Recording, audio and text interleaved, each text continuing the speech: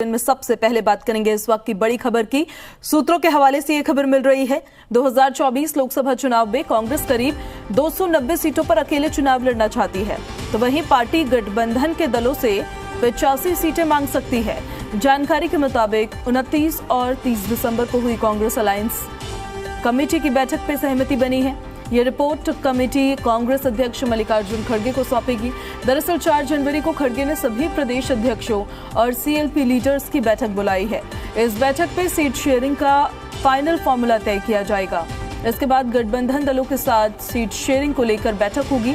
बड़ी खबर आपको बता रहे हैं, हालांकि सोर्सेस से ये खबर हमें मिल रही है कि लगभग 290 सीटें ऐसी होंगी जिस पर कांग्रेस की इच्छा कि वो 2024 में लोकसभा चुनाव लड़े।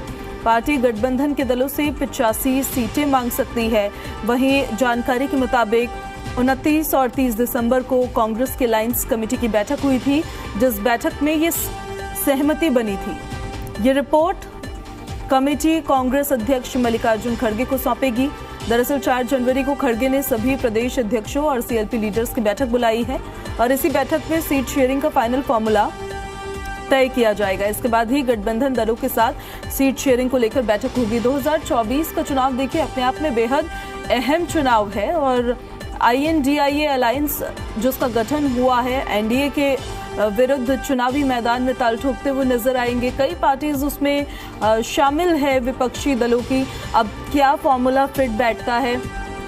375 सीट पर चुनाव क्या लड़ा जाएगा कांग्रेस की तरफ से? ये अपने आप में एक बड़ा सवाल है जो फिलहाल जानकारी निकलकर सामने आ रही है। बड़ी खबर आपको बता रहे हैं, 4 जनवरी को सभी प्रदेश अध्यक्षों की जब बैठक होगी तो उसके बाद सहमति बनेगी, फिर एक फॉर्मूला तैयार किया जाएगा और फिर गठबंधन दलों के साथ बैठक होगी। तो देखिए कांग्रेस को कितनी सीटें मिलती है 2024 इलेक्शंस में चुनाव लड़ने के लिए, अपने आप में एक बड़ा सवाल है, क्योंकि एक बड़ी पार्टी है, नेशनल पार्टी है कांग्रेस पार्टी, और लगातार देखिए बैठकों का दौर भी जारी है। 2024 लोकसभा इलेक्शंस को लेके सभी पार्टियां अपनी अपनी तैयारी कर रही है। जिस अलायंस में वो मौजूद है वो बैठकों का दौर लगातार जारी है, लेकिन सबसे अहम ये हो जाता है कि सीट शेयरिंग का फॉर्मूला क्या होगा, कौन सी पार्टी को कितनी सीट मिलेगी, उस पर सबकी नजरें टिकी रहती है।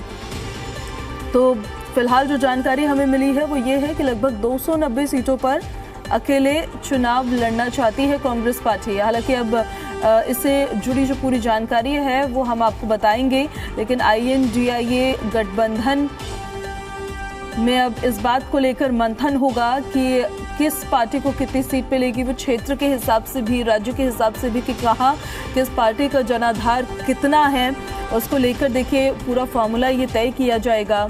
जो तमाम विपक्षी पार्टियां हैं INDIA अलायंस में, उनके अपनी अपनी मांगे होंगी सीट शेयरिंग को लेकर। क्या ममता बनर्जी 2 से ज़्यादा सीटें देने को तैयार होंगी बंगाल में? क्या अखिलेश यादव 2-4 से ज़्यादा सीटें देने को तैयार होंगे उत्तर प्रदेश में? ये बड़ा सवाल है, लेकिन ये है कि जरूरी है और मजबूरी है दोनों के लिए। सबको पता है कि कहीं ना कहीं अगर प्रधानमंत्री मोदी से लड़ना है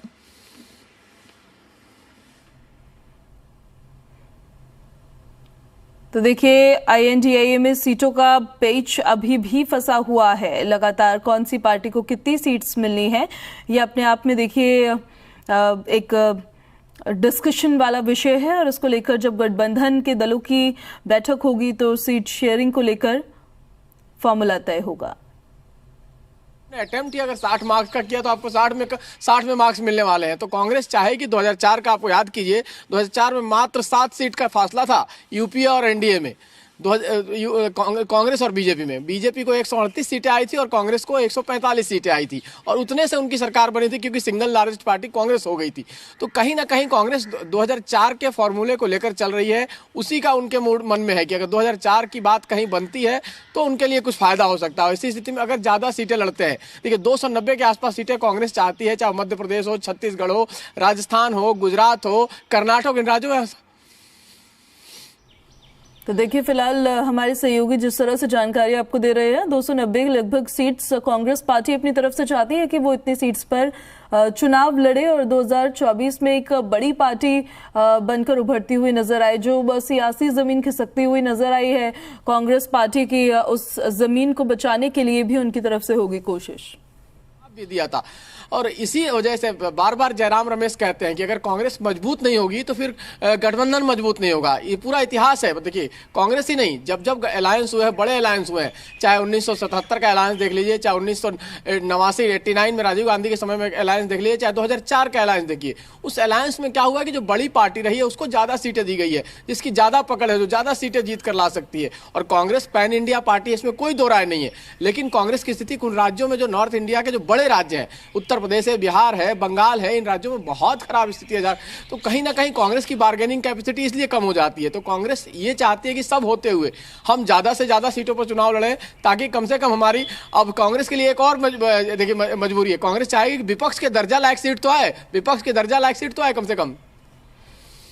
तो कहीं ना कहीं देखिए, कांग्रेस एक विपक्षी दलों के जो ये INDIA अलायंस है उस पर सबसे बड़ी पार्टी है, इसमें कोई दो राय नहीं है। और कांग्रेस चाहेगी भी यही कि उसको सबसे ज्यादा सीटें मिले चुनाव लड़ने के लिए। लेकिन क्षेत्र के हिसाब से, राज्यों के हिसाब से, जहां पर जो क्षेत्रीय पार्टियां ज्यादा मजबूत है, क्या वो कांग्रेस को उतनी सीट्स देंगे चुनाव लड़ने के लिए?